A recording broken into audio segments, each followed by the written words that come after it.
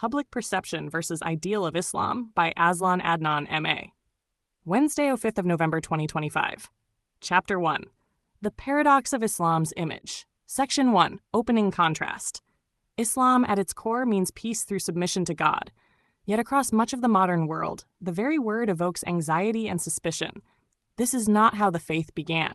The Prophet Muhammad's earliest message in Mecca called people to unity, compassion, and moral awakening. His followers were mocked and persecuted, yet they were told to endure with patience, not vengeance. Centuries later, Islam is too often framed as the enemy of peace it once defined. Images of conflict and fanaticism dominate the public imagination. The contradiction runs deep. Islam and salam share the same linguistic root, and the Quran repeatedly links belief with justice and mercy. In Surah Al-An'am 6:125, it says that God opens the breast of whom he wills to Islam, a symbol of peace, not fear. The world's most misunderstood religion may also be its most misrepresented. The question that lingers, and that this book explores, is simple yet unsettling. How did a faith built on inner tranquility come to be known for outer turmoil? Section 2. Origins of Misperception. The beginnings of Islam were neither militant nor imperial. In Mecca, the Prophet's call was purely spiritual, an invitation to recognize one God and treat others with fairness. When persecution intensified, he and his followers fled to Medina. There, Islam began to take political form, not out of conquest but survival.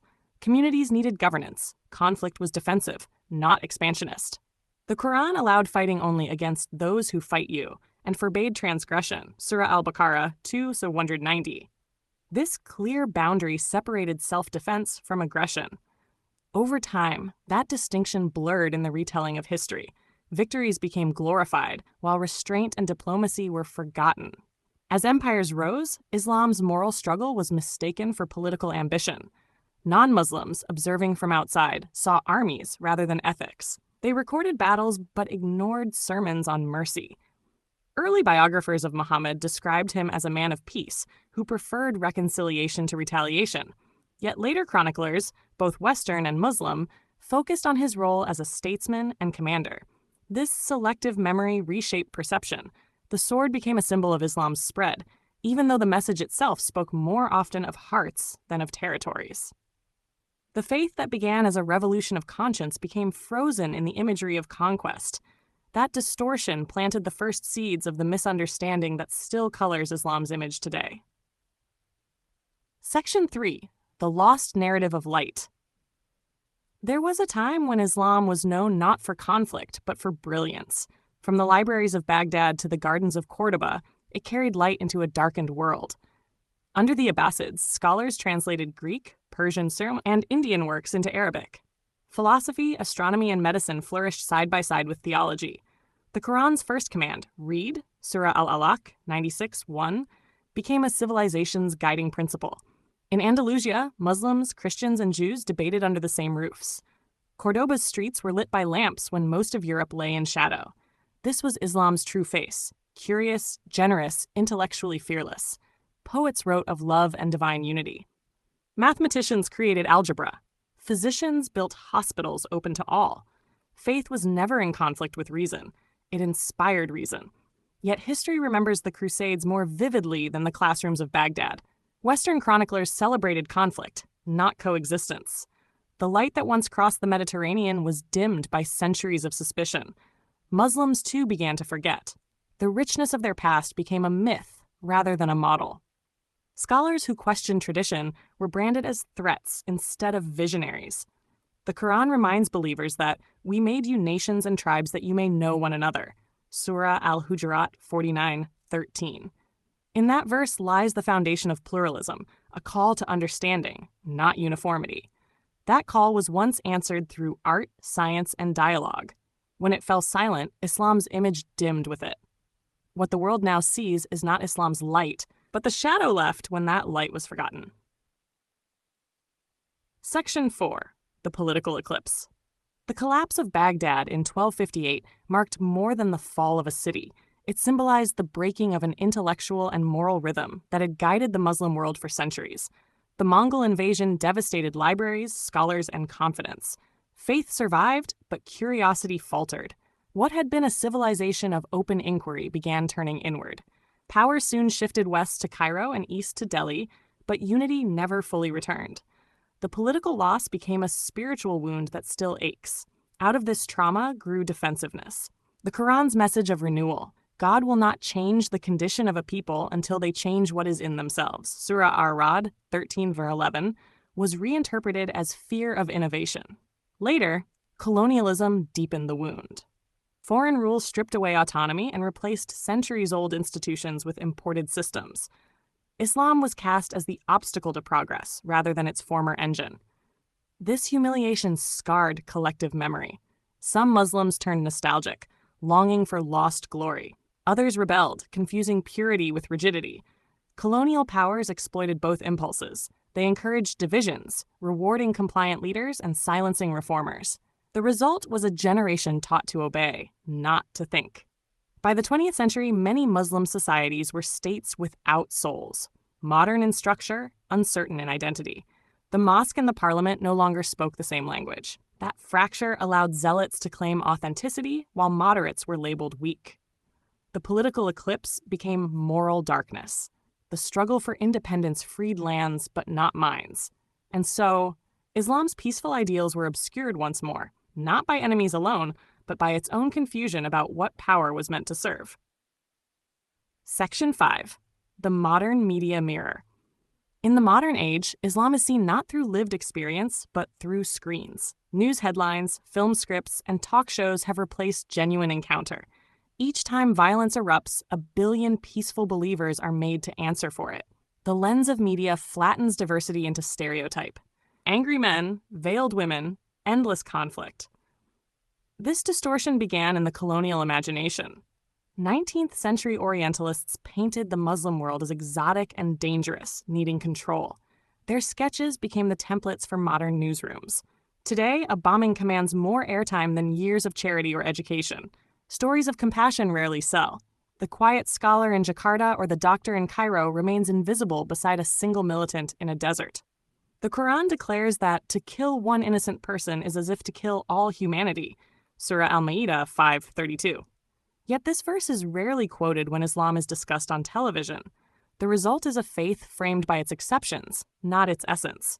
Western audiences grow fearful. Muslims feel cornered. Each mistrusts the other, and that fear feeds the very extremism both sides dread. Social media, once thought to democratize voices, often amplifies anger instead. Outrage travels faster than truth. Nuance gets lost in hashtags. This cycle has moral consequences. Young Muslims growing up online inherit a defensive posture. They learn to apologize before they can explain. Many retreat from dialogue entirely. Meanwhile, Islam's moral vocabulary, mercy, humility, justice, is drowned out by the noise of geopolitics. Faith becomes reduced to an image, a stranger's face under a banner of violence. Breaking this mirror requires more than public relations. It demands reclaiming narrative from those who profit by distorting it. Only then can Islam's reflection begin to resemble its reality once more. Section 6. Internal Identity Crisis. The modern Muslim world stands at a crossroads of self-definition. Torn between heritage and modernity, many believers struggle to answer a simple question: what does it mean to be Muslim today? Colonial disruption replaced traditional education with imported systems. Old centers of learning such as Al-Azhar or Kairawan lost influence, and secular universities rose with little room for theology. Knowledge split, religion on one side, science on the other. This fragmentation left a generation uncertain where faith fits in daily life. The Quran urges believers to seek balance. Thus, we have made you a community of the middle way, Surah Al-Baqarah 2:143. Yet in practice, extremes often shout louder than moderation. Young Muslims, particularly in diaspora, feel this tension most sharply. In Western societies, their religion becomes a badge of difference. In Muslim-majority nations, it becomes a test of conformity. Both can suffocate genuine belief. The failure of credible leadership deepens the confusion. Scholars hesitate to reinterpret scripture. Politicians misuse it for authority. The moral space once filled by thoughtful dialogue is now crowded by slogans. Into that void step populists promising clarity. They reduce complex teachings to rigid formulas and weaponize identity. For them, being Muslim means opposing rather than engaging. But identity built on fear cannot endure. It breeds resentment and narrows the vastness of faith to a checklist of prohibitions. The Prophet himself warned against excess, saying, "Religion is easy and no one makes it harsh, but that it overcomes him." Hadith Bukhari. Education reformers who link faith with reason are often dismissed as heretics or agents of the West. This suspicion suffocates renewal and isolates communities from global discourse. The internal identity crisis is not about belief, but belonging. Until Muslims reconcile tradition with the modern human condition, embracing knowledge, justice, and compassion together, Islam's message will remain trapped between memory and misunderstanding. Section 7. Fragmentation of authority. In Islam's formative centuries, religious authority was decentralized yet disciplined. Scholars earned respect through mastery of the Quran, Hadith, and jurisprudence, forming schools of thought that balanced faith with reason. Debate was welcomed, provided it served truth. The intellectual ferment of Baghdad, Cordoba, and Cairo reflected that shared pursuit. Today, that harmony has splintered. Authority is scattered among clerics, activists, influencers, and politicians, each claiming to speak for Islam, yet answering to different agendas. The internet amplifies every voice, from scholars with decades of training to self-taught preachers with a camera and conviction. The result? Confusion disguised as diversity. Without a recognized center of gravity, believers turn to whoever speaks loudest or most passionately. Fatwas circulate on social media without context, and algorithmic outrage replaces careful study. The Quran's call, "Ask those who know if you know not," Surah An-Nahl 1643, is now drowned in noise. This crisis of authority also exposes a deeper malaise, the erosion of trust. Once scholarship required patience and consensus, now opinion masquerades as revelation. Sectarian divisions widen as groups dismiss others as misguided, forgetting that intellectual pluralism once made the Muslim world resilient. Governments further muddy the waters by nationalizing religion. State-appointed clerics preach obedience. Dissenting voices risk silencing.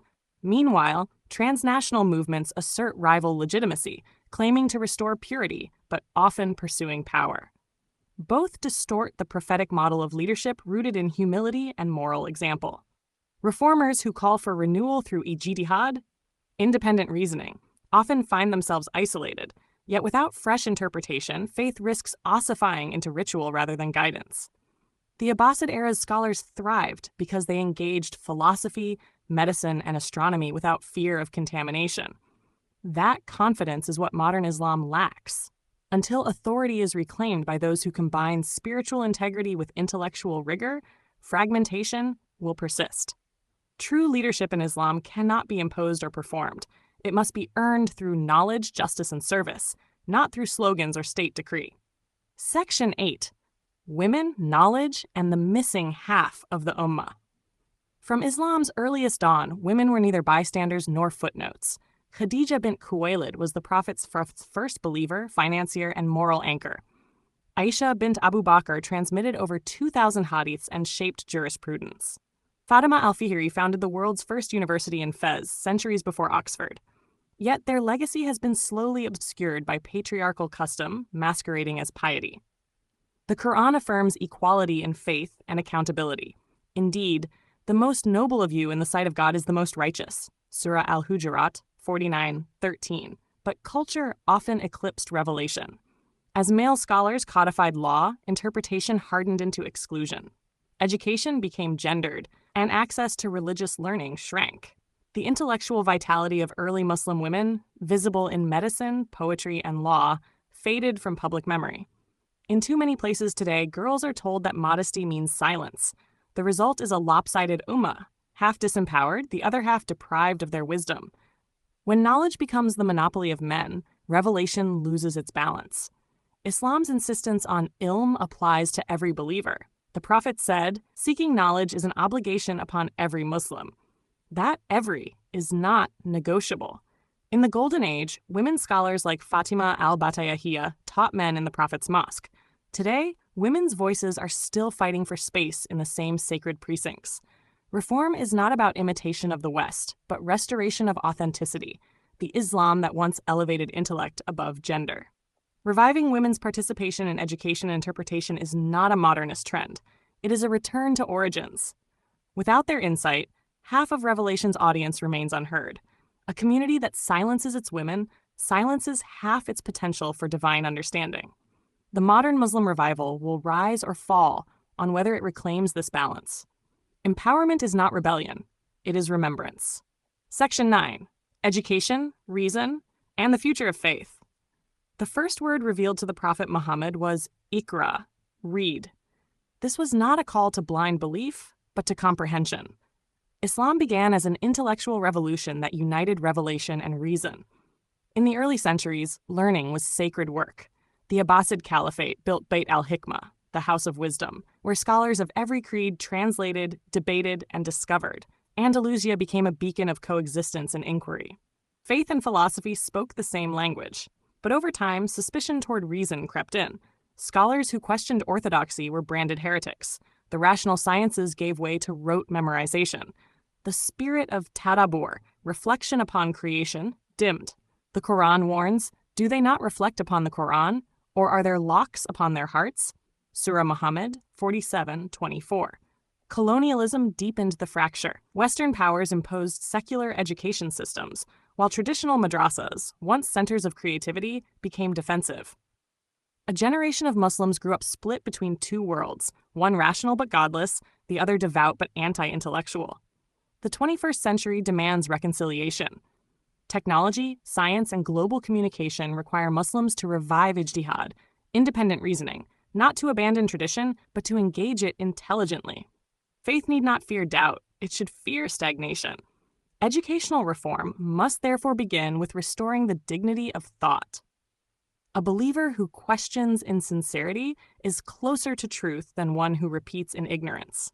The Quran invites reflection over 700 times. No other scripture demands so much thinking. Modern curricula in Muslim societies should integrate theology with the humanities and sciences, forming minds that can balance moral conviction with empirical rigor. Reforming education is not secularization. It is the Quran in action. A faith confident in its intellect can lead the world again, not by conquest, but by contribution. The future of Islam will be written not by zealots, but by thinkers who read, reason, and renew. Section 10. Conclusion. Islam's ideal is peace, not passivity, but harmony rooted in justice. The word Islam itself shares its root with salam, peace. Yet the world often sees fire where there should be light. This is the paradox Muslims must confront, not explain away. The distortion began when politics overtook principle. Over centuries, rulers wrapped ambition in the language of religion. Empires rose, movements hardened, and the faith of compassion was wielded like a sword. Extremists now claim the mantle of piety while ignoring the Quran's call. If they incline to peace, then incline to it also. Surah Al-Anfal 8:61. But blame alone will not heal the wound. The Muslim world stands at a crossroads between nostalgia and renewal. The Golden Age cannot simply be admired. It must be reimagined. The Prophet's community thrived because it was forward-looking, not frozen in reverence. Reform, therefore, is not betrayal. It is fidelity to the original impulse of Islam, learning, reflection, and moral courage. Muslims must re-engage ijtihad and open doors long sealed by fear of innovation. The Quran itself commands thought. Will you not reason? Surah Al-Baqarah 2:44. In the modern, pluralistic world, peace will come not through isolation, but interaction. Dialogue with others, respect for difference, and intellectual humility are not Western imports. They are Quranic virtues. To build bridges is to honor the Prophet's example in Medina, where Jews, Christians, and pagans shared one civic framework. The time has come for Muslims to reclaim their faith from those who shout loudest but understand least. Pacifism is not weakness. It is moral strength. The true jihad today is against ignorance, corruption, and despair. The Quran reminds believers, God does not change the condition of a people until they change what is within themselves. Surah Ar-Ra'd 13:11. The future of Islam depends on that inner transformation, from fear to wisdom, from reaction to reflection. Muslims, by definition peacemakers, must return to their roots in compassion, intellect, and justice. Only then will the world see Islam as it was meant to be, a faith that heals rather than divides, enlightens rather than commands, and offers peace both to the believer and to humanity at large. International Day of Persons with Disabilities, Wednesday, 3rd of December 2025. Every year, 3rd of December is officially recognized by the United Nations as the International Day of Persons with Disabilities. It has been observed globally since its proclamation in 1992 under UN General Assembly Resolution 4730. The day promotes understanding of disability issues, supports the dignity, rights, and well-being of persons with disabilities, and raises awareness of the importance of inclusion in all spheres of life: political, social, economic, and cultural.